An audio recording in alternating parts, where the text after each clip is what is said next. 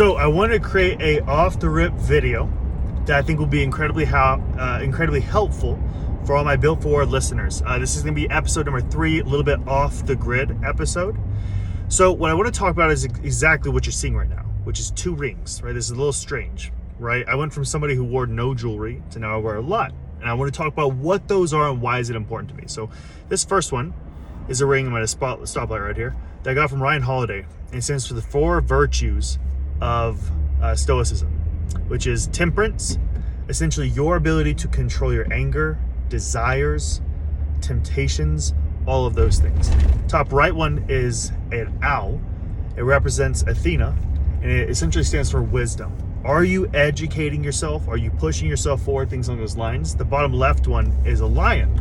The lion stands for courage. Similar to his book, Courage is Calling. And on my pinky, that's exactly what I have as well. Just another signet ring specifically of a lion. And the bottom right one is just scales. And so what the scales represent is just justice, right? The reason why I've been wearing jewelry more, specifically rings, is that when I'm sitting at my desk all day, right, or anything I'm doing throughout the day, petting my dog, I see these, and they're daily reminders on a consistent basis of what should be top of mind for me. And we talk about this at Devslopes with our career coaching, interest alignment. We want to find companies where we have interest alignment with, both in our personal interests and hobbies, things along those lines, but also within principles and values. It is crucial that as we go on our career journey, of whether that is freelancing, whether that is getting a job, any of those things, all of the above, it is crucial that you grow a better understanding of what represents you best, so that when you're looking to your dream job, you understand clearly how to sell yourself with complete confidence. That's what really makes it special. So for this off-the-top episode that I really wanted to record, and it's gonna be relatively short this time, is this concept of using on a day-to-day basis symbolism, right? Using symbolism, using things that help you stay tuned to what your North Star is. And I can't recommend enough the power of doing that moving forward in your life. So one of the things that I'm in the process of doing right now is building out my own internal daily mantras. So things that I'm gonna the right term is daily affirmations. So looking in the mirror every single day and having affirmations for myself. Now I've been vaguely doing this, and one of the ways I've been doing it is by just looking in the mirror and I'll be as serious as it is right now. I'll look in the mirror, I'll look at it just like this and say, I can do this. I can do this. I can do this. And I get that it sounds really cheesy, because quite frankly it is. It is really cheesy. There's nothing else to say. But what matters is at the end of the day, when you're looking to make career transitions, a lot of people that are listening, and myself a handful of years ago, even now for the jump I'm trying to make, is you feel like an outsider, you feel like an alien, you feel like you don't belong there, you feel like the world's up against you, you feel all of these really painful things. So the way that you have to make those transitions is you first have to understand, if you are not your own biggest fan, if you are not supporting yourself in every step of this process, you will not be able to make the next transition. This is a requirement in the game of business, in the game of yourself and selling yourself, because you are a business, right? Whether that's software engineering skills, that's marketing skills, advertising skills, whatever those skill sets are, you are your own business. So what I want to really recommend for anybody that's watching this right now, as I sit at this stoplight and I wait here for a moment, find those symbolism points, right? So right here, I have this watch, this Tudor watch. This was a big representation. This is when I became CEO of Devslopes.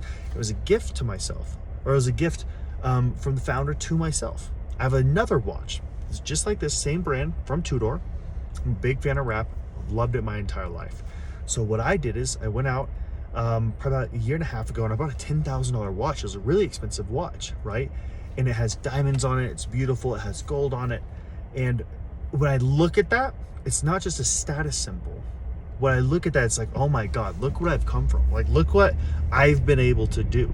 Like, this is just the beginning. And then the way I humble myself is, like, that's my anchor to always come back. And then I have the foresight of what I'm looking for in the future. So when I look forward in the future, I'm always approaching this in terms of like this 80-20 rule. I want to always find the new pond that I need to be playing in. So for myself, when Devslopes was initially growing, we did 200,000 the first year. I thought that was good. That was a nice year. Then the next year we did 400,000. I was like, okay, yeah, we doubled, but man, we still have a long way to go, right? I see people doing 500 to $1 million a year. This is insane. Then we do $1 million, $1.2 million the next year. I thought, wow, we're really figuring this out, but still, this is not really anything special. Like I don't really feel great about this, to be point blank. I don't feel like this is anything special. We really haven't figured it out. The next year we did 7.6 million, right? A 7x growth. And guess what? I did all of this with no money, no loans, no debt, no investors, no big rich parents to support it. None of those things. It was just hard work and finding great employees and really building something special with a large portion of people. But then the question came, I was like, okay, well, what's next? Well, the next year, we took a big step back, right? The recession started to hit, or what should have been the recession. Interest rates went up, and we had a big step back with revenue. We went from I had an expectation of doing $30 million in 2023, and we're gonna maybe finish this year out doing close to about 6.5 to 7 million. And it was one of the biggest punches to my gut I've ever felt. I felt like an absolute failure. I had to let go more employees than I ever had, right? The first 3 years of Devslopes growing, I paid everybody so exceptionally well. I changed tens of lives, right? Through employees that worked here, that got paid more than they ever did, that were able to work remotely and have their dream jobs. Everything was remarkable. And then this year, I realized that wasn't sustainable, right? As much as I loved it, people were being paid far, far above what they would be able to get on the market.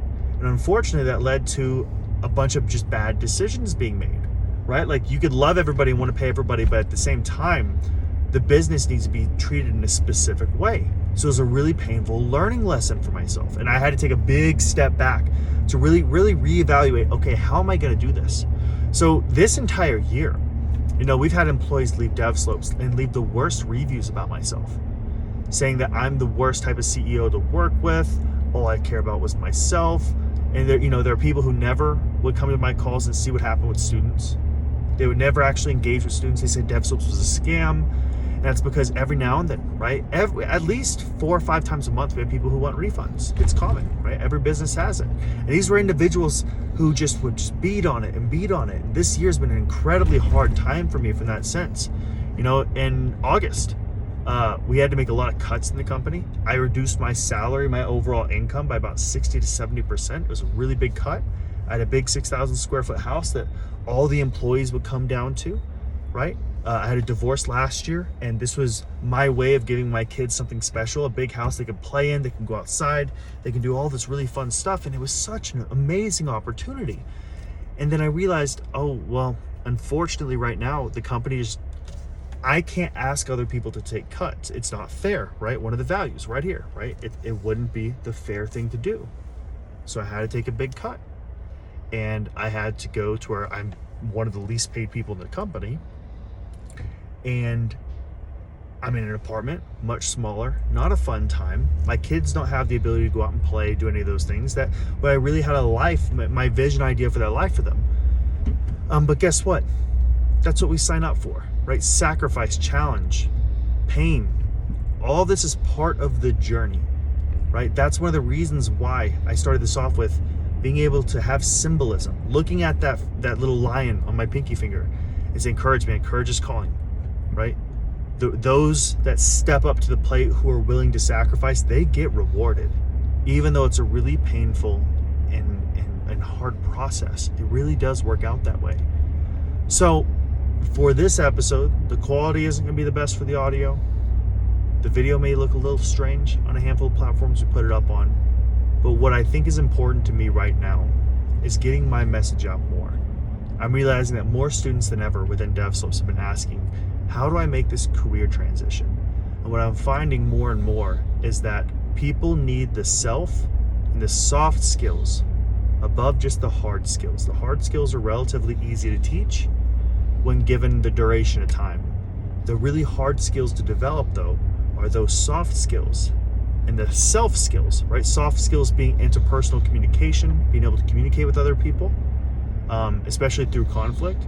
The second thing is those self skills, being able to control who you are, look internally, understand your strengths and weaknesses, understand how to control your mind, understand what matters to you. All of these are really hard things to develop. And my goal with Built for War, even though it's a very intense name, is to genuinely prepare you for that. You know, in my mind, when it comes to the employees I want to help, like the future employees, the future problem solvers for a large portion of small to medium-sized businesses, these are individuals who have been Uber drivers, warehouse workers. They've had all kinds of blue-collar jobs that no one looked well on. They didn't really care about them. They've always been the underdog. This is built for the underdogs. If you're somebody who is in a job that you do not want, right? If you are somebody who is ready to make the next step of their life, you want to change your life, you want to change everything for the future, that's what you want, right? This is what that podcast is going to be for those guys who are ready to sacrifice and do whatever they need to make that transition. Because that was myself, right? My story and how it pertains to Devslopes and all of you listening right now. The entire way we built our Earn While You Learn special niche and the importance of mentorship was, right after I got married, I bought a course. I was having to drive for Uber from 8 to 2 every single night. I had a terrible, my day job switched, and one day it was door-to-door sales, and one day I was working at a call center. I was personal training for a period of time. There was a war, that was constantly changing. I had no stability. It was a terrible life. Paying for just groceries and diapers and everything was so fucking hard on a daily basis. And this was able to step in.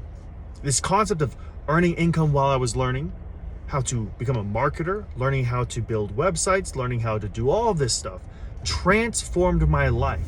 And it gave me the ability in 1 year, I was able to go from somebody making maybe 30,000 a year, right? And my director of branding said, he made this great quote. He said, from the Uber seat to the executive seat, that transition first started with being able to earn income while I was learning my new skill, finding the right mentors around me, and then putting in the work, understanding and learning more about myself, and holding to that plan and that path. And that's what this is for. I'm at a point where I am ready to really tell everybody what happened with myself, how I made this journey, how I was able to build a business that's done over $10 million in revenue in total.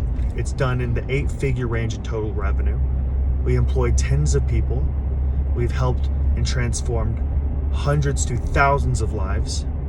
And I want to give all of that back. And I know in return, I'm going to get to work directly with a large portion of y'all on the career end. And that's what I'm so excited about. And in addition, the business owners, solopreneurs that are listening to this, I'm going to show each and every one of you the business tactics behind how the fuck I made that possible. How I found my people, my special people, my unique people who helped build this business with me without it just being myself, because I didn't do it by myself. You have to have an amazing team. You have to be able to think innovatively. You have to be able to do all of these amazing things. You have to reinvent yourself. I've spent so far, just on my own personal development, at least $100,000 over the past 3 to 4 years. For my team, I've invested well over $150,000 to $200,000 just for their development, taking them to events, going to special conferences, buying all the courses, getting all the mentors, doing all the stuff, right? We've spent millions of dollars on ads. I've managed over personally $20 million in ad spend. Everything is going to be given out throughout this entire aspect.